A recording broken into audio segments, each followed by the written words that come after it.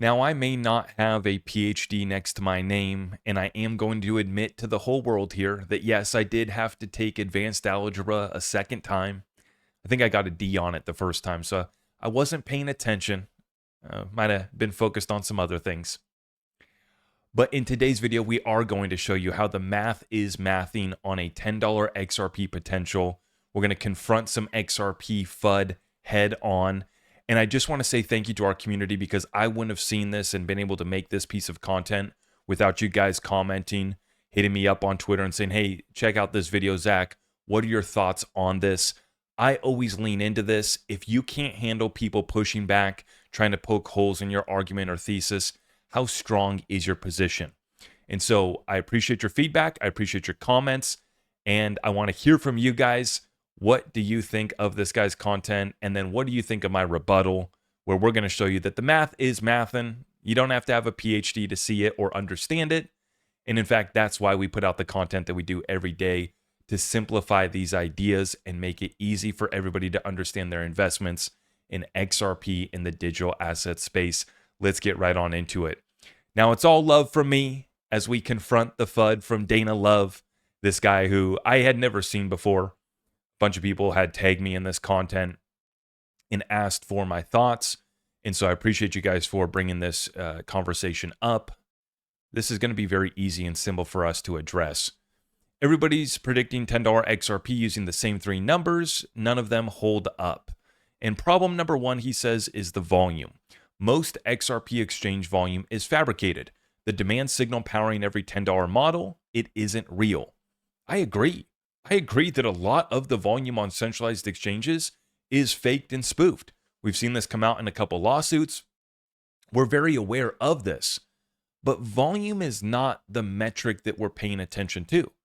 It's inflows, right? Because the volume doesn't even need to be that great. We just need to have aggressive inflows coming in to push and bid up the price of XRP. Now, we probably haven't made Dana Love aware of the market cap multiplier for XRP.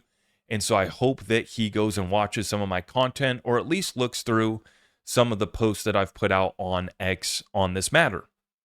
You guys that have been watching my content, you know that we've broken down the market cap multiplier for XRP many times. And it's very dramatic. And what it shows us is that it takes very little liquidity or inflows coming in to push up the XRP price or market cap substantially. So if you just go to my account on X and you search multiplier, you'll see all these posts. Look at this. XRP market cap multiplier update, 8-hour period today. From 4 a.m. Eastern to noon Eastern, 7.74 billion XRP market cap growth. Did it take 7 billion in inflows? Did it take 7 or 10 billion in volume?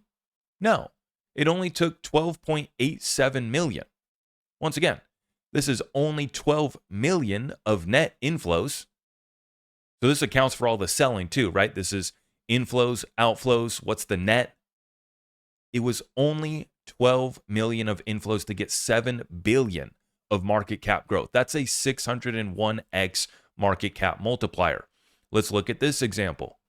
We actually have two examples. One period right here, 5 million of net flows grows XRP's market cap by 2.79 billion. That's a 544x market cap multiplier. Our next period of time, 6.3 million net flow grows XRP's market cap by 4.38 billion. This is a 695x market cap multiplier. Once again, I don't have the volume on those days in front of me, but I can tell you that it was not, tens and tens of billions of volume to get that jump in the market cap, to get that jump in price.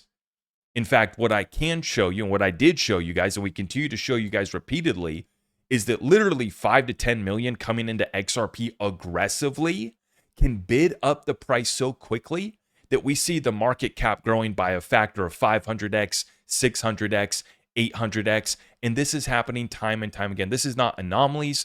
This is not one-offs. In fact, I took this snapshot from the entire month of November. XRP November market cap multiplier, 50x. So this is over a 1 month period. where we had a change in market cap of 41 billion off of only 808 million of net inflows. So in this example, over a 1 month period, the market cap multiplier is 50. So, we have snapshots of a few hours, of 8 hours, of a full month, and the lowest market cap multiplier that we have during any one of those periods is 50, all the way up to 500. It's a big range, but it shows you that when the buyers and the inflows come in aggressively, they are bidding that price up, and market cap, which is just a vanity metric, giving you a snapshot in time of the value of any given asset, right? There is no cap, there is no limit.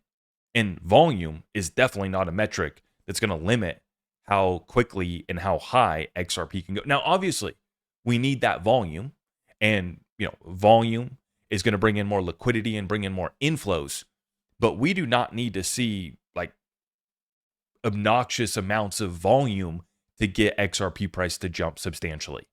So volume, yeah, we want to see more, but more importantly, we're paying attention to inflows. And here's where we get to addressing problem number 2 from Dana Love, the supply math. He's worried about the 50 billion plus circulating supply. And he's comparing it, of course, to the Bitcoin hard cap of 21 million. That's a 200 to 1 ratio working against the scarcity argument. At current burn rates, XRP reaches Bitcoin level scarcity in approximately 10,000 years. That's irrelevant. It's just irrelevant, okay? Because this isn't a question of scarcity relative to Bitcoin. It's a question of scarcity relative to the amount of money that's going to come into XRP. And what I'm getting at, the specific metric, is the available float. See, the 50 billion circulating number that he throws out there, it's actually not, it's actually larger. It's actually 60 billion, 61 billion, I think, on CoinMarketCap. But the problem with this is that there's way less XRP available for us to actually buy. So when the available float is actually probably less than 5 billion, we're talking about way less tokens and way more scarcity than what you see on paper when you look at CoinMarketCap at 61 billion circulating supply. We don't have 61 billion available to buy. It's not available anywhere, not even close. And in fact, if you look at the there's been some conversations about this recently. What's the available supply of XRP on the exchanges? And the estimates are anywhere between 15 and 20 billion. This guy right here, he grabbed a snapshot here. I'm not going to try to fact check this data point. There's a lot of assumptions, but the general consensus is that there's about 15 to 20 billion held on exchanges. Once again, just because it's on an exchange, though, doesn't mean that it's available for sale. I have plenty of XRP on some exchanges that is not for sale. Not at $5, $10, $20, or $50. You're not getting it from me ever, probably. Because, And so the available float is the number that we need to look at. The circulating supply of 60 billion, yeah, I could understand, when you compare it to Bitcoin, it's not as scarce. Sure, you're stating the obvious. And in this, as far as XRP appreciating to $10, it's not relevant. What's relevant is the available float. And it's not 50 billion, it's not 20 billion, it's not 10 billion. You guys can let me know in the comments down below. Is it 5 billion, a billion? How much XRP is actually available out there? And the other thing that Dana Love skips over in his argument is the fact that Ripple's only selling the escrow that they have to institutional partners. So the XRP that's being sold by Ripple, that big escrow where you could say, well, that's going to become available. That's going to be sold off. Yeah, but it's not sold off to Joe Blow retail. It barely even gets sold off to exchanges. In fact, it's primarily just been going to institutional partners that want XRP and the XRP ETFs, where it's also getting locked up. And as we talk about in our content with the XRP DeFi that's set to explode in 2025, XRP yield and lending opportunities, even more XRP gets locked up. These are things that are left out of this argument that Dana Love is making right here. So for problem number 2, the supply math, he's focused on the wrong variable. He's focused on the circulating supply versus the available float. And that's a very, very big difference. Anybody who understands stocks knows exactly what we're talking about. But this brings us to problem number 3, the adoption story. Banks on RippleNet settle with central bank currencies, not XRP. The token is optional infrastructure, it gets bypassed. Now, I already made a video earlier this week titled XRP versus RLUSD. It was inspired by this guy's content as well, too. So this is part 2 of addressing his FUD. But in the first part, we did XRP versus RLUSD, and I explained how RLUSD is the liquidity on-ramp to the XRP ledger. It brings liquidity flows that won't even be on blockchain at all onto a blockchain and onto the XRP ledger. And to use RLUSD on the XRP ledger, it does require XRP. And it's funny because you get a guy like this who in one argument is saying that the burning mechanism, burning XRP, is going to have no impact on XRP, right? Well, in the same regard, he dismisses the usage of XRP when it comes to RLUSD on the XRP ledger, just ignoring the fact that to send an RLUSD payment on the XRP ledger, you're burning XRP. So in one regard, the fee is meaningless on the XRP ledger, but then when it comes to using RLUSD, apparently you can use tokens on the XRP ledger without XRP, which is obviously not true, right? And so go watch that video, XRP versus RLUSD, to get a deeper understanding of the role and relationship of RLUSD. But it's kind of similar to RippleNet in that Ripple upgraded their branding of RippleNet and on-demand liquidity. RippleNet was their payment solution. Traditional fiat rails didn't use blockchain, didn't use XRP at all. That was RippleNet. And then over here, they had on-demand liquidity. On-demand liquidity did settle with XRP. And a few years ago, Ripple and Brad Garlinghouse had said that they had started moving about 50% of their overall payments volume was happening on XRP. And so they've rebranded, they've simplified it, and now it's just Ripple payments. And those Ripple payments could be going through fiat rails, they could be going through RLUSD on Ethereum, RLUSD on the XRP ledger, it could be cross-border payment flows being settled in XRP. So this gentleman right here, Dana, he is correct that banks are going to use stable coins and central bank currencies on the Ripple payment flows, but they're starting to move those to the XRP ledger, and RLUSD is an example of this. We're going to see tokenized Japanese yen. We've already seen the British pound, the digital euro. All of these stable coins are coming to the XRP ledger. They're not just moving across RippleNet. In fact, the biggest driver in the adoption right now is in these liquidity flows and these corridors where there's not as deep liquidity, right? US dollars to euro, there's a lot of liquidity. And so you don't necessarily have the biggest incentive to come to the XRP ledger in that case, or any blockchain solution, because in the traditional rails, you already have pretty good efficiency. It might still be, more expensive than XRP, right? But you might not necessarily be driven to move that flow on chain. But where we've seen the biggest growth in adoption in XRP used in cross-border payment flows is in these corridors where the speed time, it takes a long time, and the cost is very expensive as well too, just because there's not much depth in that liquidity. And if you watch the video that I did, XRP versus RLUSD, we broke down how the reason why you'd come to the XRP ledger in the first place is to get better liquidity for your asset. And to get better liquidity for your asset on the XRP ledger, you pair up your RLUSD with XRP in that liquidity pool. And so you drive demand to XRP. You need more XRP to add it into that liquidity pool with your tokenized asset on the XRP ledger, whether that be RLUSD, tokenized gold, tokenized real estate, bonds, Japanese yen, euro, whatever it is. If you are coming to the XRP ledger, it's probably because you want better liquidity for your asset. And to get better liquidity for your asset on the XRPL, you pair it up with XRP in the liquidity pool. And so, yeah, Ripple has given their clients the option to not come onto blockchain. Where it makes sense to come onto blockchain, that's available.